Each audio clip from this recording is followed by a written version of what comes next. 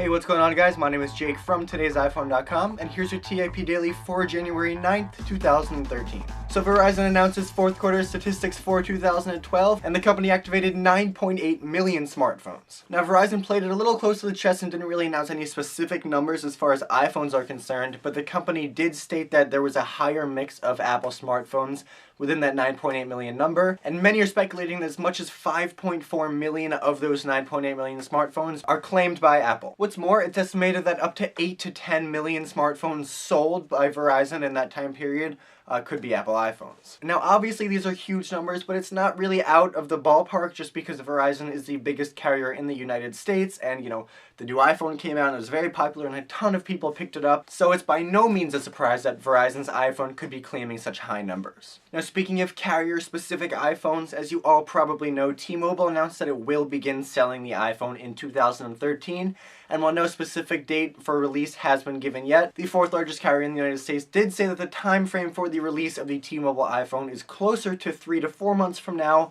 than 6 to 9, which is what people were speculating before. Now, this information is coming straight from the CEO of T-Mobile, who held a press conference at CES in Las Vegas yesterday. Okay, and finally, it was 12 years ago today that Steve Jobs first announced iTunes.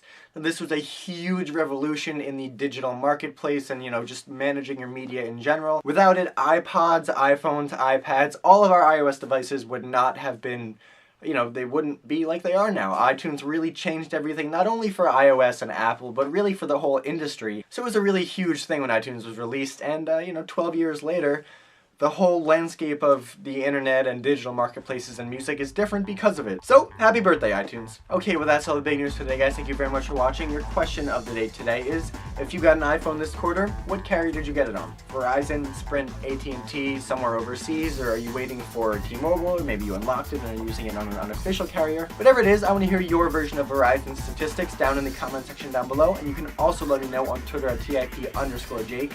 Please don't forget the links to everything I talked about in this video in the description down below, so definitely check those out. And as always, for more news, views, and reviews, don't forget to hit up today'siphone.com.